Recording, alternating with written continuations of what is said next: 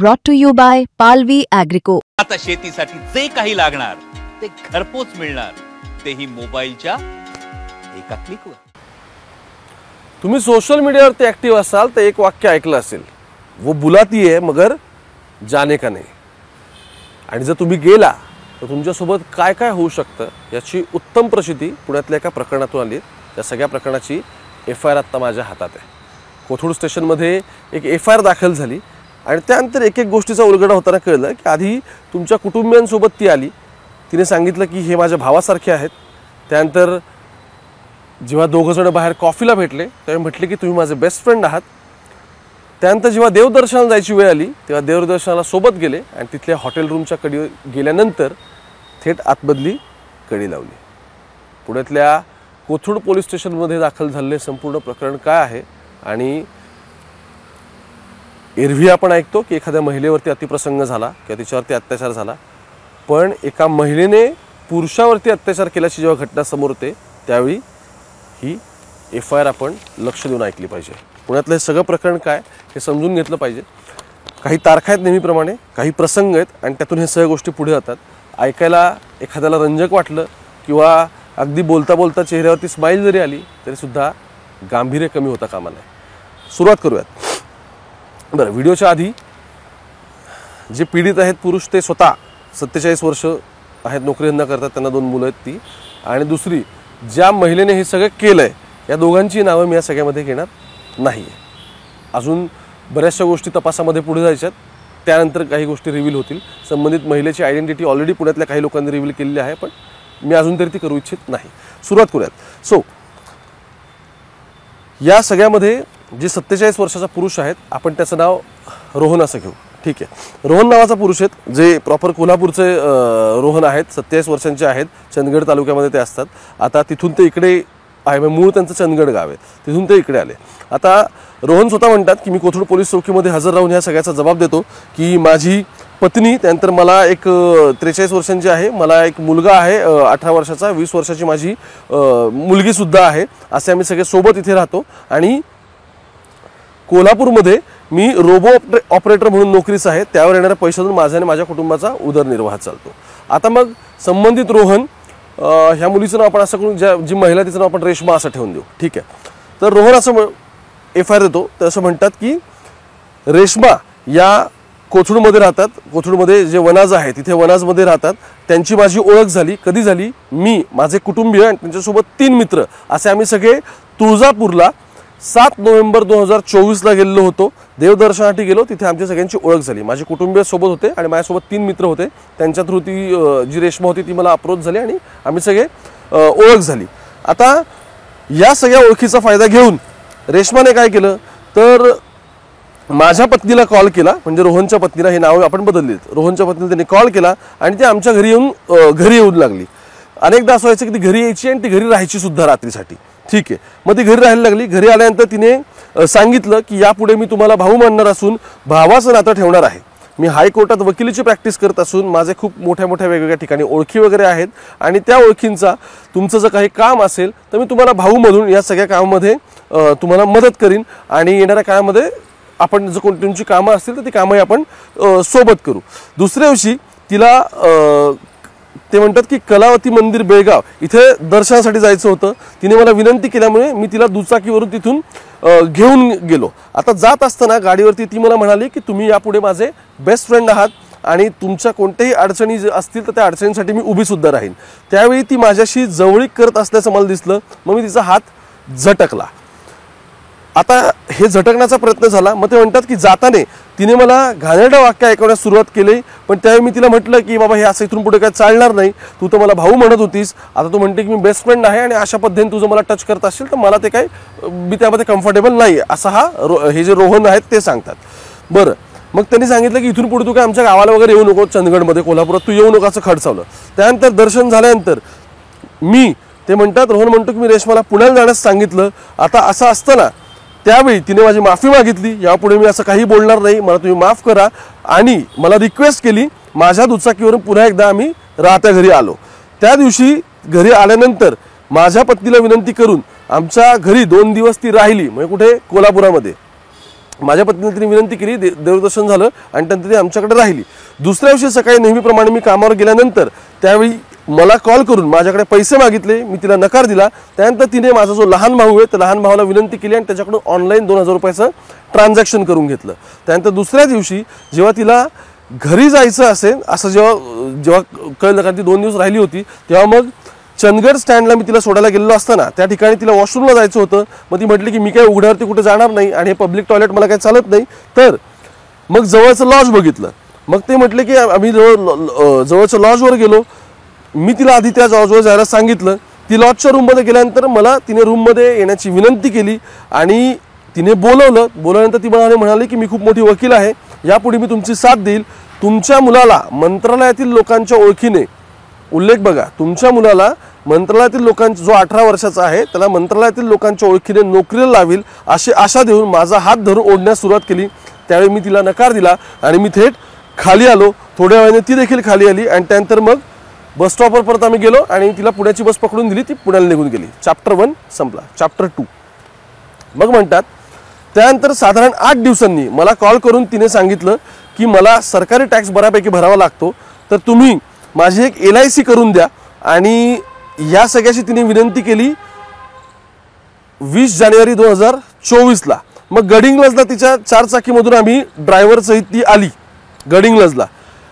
त्या दिवशी मला कॉल करून तिने सांगितलं की मी गडिंग्लजला राहिले आहेत, उद्या तुम्ही इथे येऊन माझी पॉलिसी करून द्या. दुसऱ्या दिवशी पॉलिसी करण्याच्या हिशोबाने ती जिथे राहिली त्या रूमवर जाऊन तिला पॉलिसी करून दिली. त्यानंतर तिने पुन्हा मला विनंती केली आणि घरी येण्याचा अट्टहास केल्याने मी तिला येण्यासाठी शेवटी होकार दिला. त्यानंतर 13 फेब्रुवारीला पुढे ती आमच्या घरी थांबली. 2 दिवस पुढचे 13, 14, 15 असे 2 दिवस ती पुढे आमच्या घरी थांबली. त्यानंतर ती पुण्याला गेल्यानंतर तिथून माझ्या पत्नीला कॉल करून सांगितलं की आम्ही पुण्यातून माझी मैत्रीण स्वाती व तिची फॅमिली असे सर्वजण काशी विश्वनाथ इथे दर्शनासाठी जाणार आहे आणि तुमचे पती तर माझे बंधू आहेत, त्यांना मी भाऊ मानते, त्यामुळे त्यांना मी माझ्यासोबत घेऊन जाणार आहे. सध्या प्रयागराजमध्ये कुंभमेळा भरलेला आहे आणि विश्वनाथाला माझ्यासोबत त्यांना तुम्ही पाठवा. माझी स्वाती नावाची मैत्रीण असेल, तिचे सासरची मंडळी असतील आणि हे माझे भाऊच आहेत, तर तुम्ही यांना पाठवा. मग पत्नीने मला देवदर्शन घेऊन या असं सांगून पुण्याला आम्ही आलो. मग फेब्रुवारीच्या 25 तारखेला हे पुण्याला आले. मग त्या दिवशी काशी विश्वनाथाला जायचं ठरलं असल्याने पुण्याला स्वारगेटवरती मी आलो. त्यावेळी बहीण या नात्याने एक मोबाईल दिला. सांगितलं की तुम्ही एकटे राहू नका, माझ्या घरी चला. म्हणजे ही जी रेश्मा आहे ही इथे आली. ती म्हटली की तुम्ही माझ्या घरी चला. मग ती म्हणाली की आम्ही कोथरूड तिच्या घरी त्यानंतर गेलो. त्यानंतर तिने माझा मोबाईल काढून घेतला व सांगितलं की स्वातीचे सासू सासरे वारले असून त्यांचं आता येणं कॅन्सल झालंय, त्यामुळे आपण दोघंच आता फ्लाईटने जाऊ, म्हणजे आपण दोघं आता विमानाने जाऊ. आपल्या दोघांचं तिकीट मी काढलेलं आहे असं तिने सांगितलं व तिने मला तिच्या बेडरूममध्ये झोपवलं. असं या जो पुरुष आहे रोहन त्याचं म्हणणं आहे. ठीक आहे. त्यावेळी मी झोपलो असताना तिने मला काहीतरी प्यायला देऊन माझ्यासोबत अतिप्रसंग करण्याचा प्रयत्न केला. त्यावेळी मी रागाच्या भरात तिथून निघून जात असताना माझा हात धरून ती परत माफी मागू लागली. तू जर इथून गेलास तर मी स्वतःचं काहीतरी करीन, त्यामुळे मी जे सांगीन त्या पद्धतीने स्वतः राहा, कारण तू माझ्या घरी आहेस. त्यानंतर मग परत 26 तारीख पुढची उजाडली. मग काशी विश्वनाथाला जायचं असं सांगून धमकी देऊन जबरदस्तीने मला मुंबई एअरपोर्टवरून काशीच्या तिकडच्या एअरपोर्टला नेलं व तिने मला धमकावलं की आता तू माझ्या कब्जात आहे आणि जर तू काही कुरकुर केली तर तुझ्या घरी जाऊन तुला देणार नाही, तसे तुझे कुटुंब मी उद्ध्वस्त करीन. ओके. मी घाबरून देवदर्शनासाठी होकार दिला. त्यानंतर मग ते असं म्हणतात की त्यानंतर तिने देवदर्शनासाठी घेऊन गेल्यानंतर तिथल्या पंडितांना माझ्याबाबत काहीतरी वाईट होणार आहे असं सांगितलं. आता त्या पंडिताने तेच सांगितलं. मग ते झाल्यानंतर त्यांनी सांगितलं की तिथील पंडितांनी सांगितलं की मला शनी आहे, सोन्याची अंगठी घालावी लागेल असं सांगितलं. त्यानंतर तिने मला, म्हणजे रेश्माने, त्यानंतर तिने मला 3 दिवस जबरदस्तीने काशी विश्वनाथला ठेवून घेतलं. मी वेगळी रूम करण्यास सांगितलं असता तू जर शहाणपणा दाखवला तर तुझ्या घरी जाण्यास सुद्धा मी जागा ठेवणार नाही असं तिने धमकवलं. त्यानंतर ती असं म्हणाली की मी ज्या रूममध्ये त्यानंतर रोहन असं म्हणतो की मी ज्या रूममध्ये होतो त्या रूममध्ये येऊन माझ्यासोबत शारीरिक संबंध ठेवण्यासाठी ती जवळीक करू लागली. या दरम्यान बरं हे कुठं घडतंय सगळं? काशी विश्वनाथाला, काशी विश्वनाथाच्या इथे.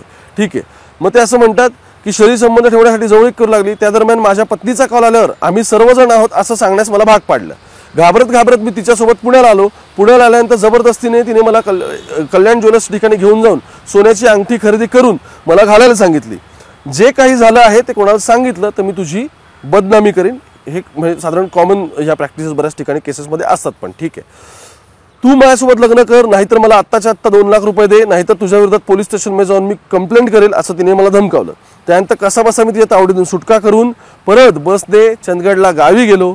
घरी गेल्यानंतर झालेला सर्व प्रकार मी माझ्या पत्नीला सांगितला. माझ्या पत्नीने रेश्माला कॉल केला, तिला फोनवरती झाडलं. त्यानंतर ही जी रेश्मा आहे तिने 2 दिवस काय पुढचे काही दिवस मला फोन नाही केला. थोड्या दिवसाने पुन्हा कोणत्या ना कोणत्या नंबरवरून तिने मला कॉल केला, वेगवेगळ्या नंबरवर, आणि माझ्याकडे 2 लाख रुपयाची मागणी केली.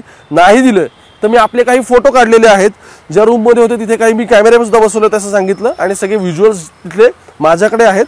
आणि त्यामुळे 2 लाख रुपये पाठव, या सगळ्या कचाट्यातून तुला बाहेर पडायचं असेल. नाही तर परत एकदा त्यांचं म्हणणं आहे की कंप्लेंटचं असं म्हणणं आहे की मला ब्लॅकमेलिंग सुरू केलं.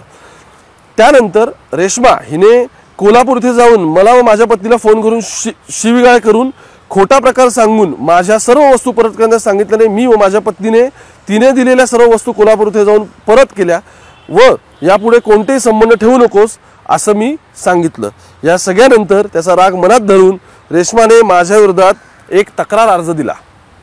आता याच्या आधी रेश्माची कोणती FIR झाली का तर अजून तरी ते दिसत नाही. एक बेसिक तक्रार अर्ज आहे की या पुरुषाने माझ्यासोबत असं असं केलं असेल या संदर्भातला, कारण पोलिसांना कदाचित प्रायमा फेसी एव्हिडन्सेस सापडले नसेल किंवा असं काही असेल की कॉन्क्रीट वाटलं नसेल म्हणून त्या प्रकरणामध्ये FIR दाखल झाली नसेल, असू शकतं. पण तक्रार अर्ज हे म्हणतात की एक तक्रार अर्ज माझ्या विरोधात दिला. मग ते असं म्हणतात, त्यामुळे पुढच्या 7 नोव्हेंबरला मी माझे सर्व कुटुंब मग मित्रांसोबत तुळजापूर इथे दर्शनासाठी गेलो असताना त्या ठिकाणी रेश्माने आमची ओळख करून घेऊन त्या ओळखीचा गैरफायदा घेऊन मला तिच्यासोबत फिरण्यास भाग पाडलं. त्यानंतर माझी पत्नी व हे असे सर्वजण, जेव्हा आम्ही विश्वनाथाला तिकडे जाणार असं ठरलेलं होतं, जी स्वाती तिची मैत्रीण आहे ती आणि तिचे सासरे आणि हे रेश्मा अशा सगळे विश्वनाथाला जाणार असं ठरलेलं होतं, तर ते सुद्धा मला तिने खोटं सांगितलं. त्यानंतर जबरदस्तीने खोटं बोलून मला विश्वनाथाला तिकडे ते 3 दिवस घेऊन गेली, मला ब्लॅकमेल केलं. त्यानंतर कसा सुटका करून मी घरी गेलो. थोड्या दिवसांनी पुन्हा माझ्या पत्नीस कॉल करून खोटे आरोप केले व वस्तू परत करण्यास भाग पाडलं. यापुढे कोणताही संबंध ठेवायचा नाही असं आम्ही सांगितलं असताना सुद्धा त्यानंतर पुन्हा तिने कॉल करून सांगितलं की मी अशाच प्रकारे खूप लोकांना फसवलेला आहे, लोक घाबरून मला पैसे येतात, जर तू मला 2 लाख रुपये नाही दिले तर तुझे फोटो व्हायरल करून बदनामी करेल, म्हणून माझी या रेश्मा नावाची जी व्यक्ती आहे वनाजला राहते तिच्या विरोधात खंडणी मागितली. अशी माझी ह्या सगळ्या प्रकरणात तिची माझी फसवणूक केली वगैरे अशी सगळी तक्रार आहे. कोणता BNS 308 आहे. ठीक आहे मॅडम, सुटतील म्हणजे बेल होऊन जाईल. पण मुद्दा असा आहे या सगळ्यामध्ये की हे सगळं होत असताना संबंधित पुरुषाने वारंवार कोणत्या तरी मित्राला, मैत्रिणीला किंवा त्याच्या जवळची कोणी व्यक्ती असेल तर त्याला सांगितलंय का, अजून तरी ते क्लिअर होत नाही, किमान या FIR मध्ये सुद्धा. बरं, पोलिसांकडून माहिती काढल्यानंतर असं कळलं की संबंधित जी वकील महिला आहे या सगळ्यामध्ये, जिला आपण रेश्मा असं म्हणतोय, एक नाव आपण तिचं टोपण नाव असं म्हणू, तर या व्यक्ती ही हॅबिच्युअल ऑफेंडर आहे असं एका पोलीस सोर्सने सांगितलं. म्हणजे काय आहे, याच्या आधी तिच्या विरोधात वेगवेगळे 1-2 गुन्हे दाखल झालेले आहेत आणि अशाच पुरुषाच्या एका फसवणुकीचा सुद्धा गुन्हा दाखल झालेला आहे असं एका पोलीस अधिकाऱ्याने या सगळ्या प्रकरणात सांगितलं. आता हे जर वारंवार घडलं असेल तर ती हॅबिच्युअल ऑफेंडर आहे हे क्लिअर होऊन जातं. दुसरं महत्त्वाचं, हे सगळं होत असताना ते संबंधित पुरुषाने त्याच्या पत्नीला विश्वासात घेतलंय असं आत्ता प्रथमदर्शन दिसतंय. कारण जेव्हा FIR दाखल झाली त्यावेळी तो पुरुष त्या पत्नीसोबत आणि तिला सांगून आणि तिच्यासोबत बोलून आणि तिच्या कन्सेंटने आलेला होता. आणि त्याच्या पत्नीचं असं म्हणणं आहे की मी सुद्धा या बाईला फोन करून सांगितलं होतं आणि झापलं होतं याच्या आधी, पण तरीसुद्धा तिची पैशाची मागणी काय थांबत नव्हती. आणि त्यामुळे आता आम्ही सगळे कुटुंब म्हणूनच या सगळ्या तिच्या जाळ्यामध्ये अडकलेलो आहोत आणि आता यातून आमची सुटका व्हावी आणि त्या सगळ्यासाठी त्यांनी ती FIR दिलेली आहे. कुठे घडलं सगळं? काशीमध्ये. आणि आता FIR दाखल झाली, बघू तपासात काय होतं. पण या व्हिडिओच्या सुरुवातीला मी एक तुम्हाला म्हटलं होतं की वो बुलाती है, वो बुलाएगी, मगर जाने का नाही. मुंबई तक पाहत राहा. कॅमेरा पर्सन गोपाळ सोबत ओंकार, थेट पुण्यावरून.